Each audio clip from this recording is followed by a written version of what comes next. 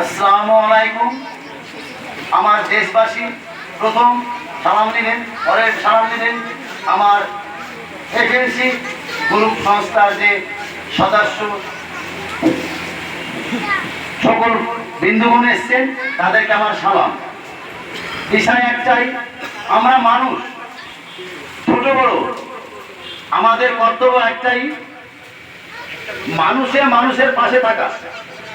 আমাদের কর্তব্য এমন নয় যে একটা মানুষকে ঢিল ছুড়া।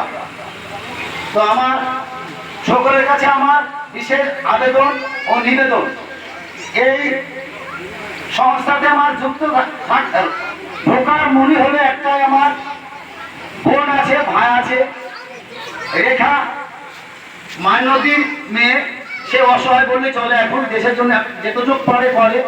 রেকসোনা আছে, মুসাফির আছে, মুর্তুজ আছে, যে মনিরুল জিতার বিশ্বাসের ছেলে, প্লাস আমাদের রশিদ ভাইয়ের ছেলে মিঠু শেখ, আরো অন্য ব্যক্তি আছে।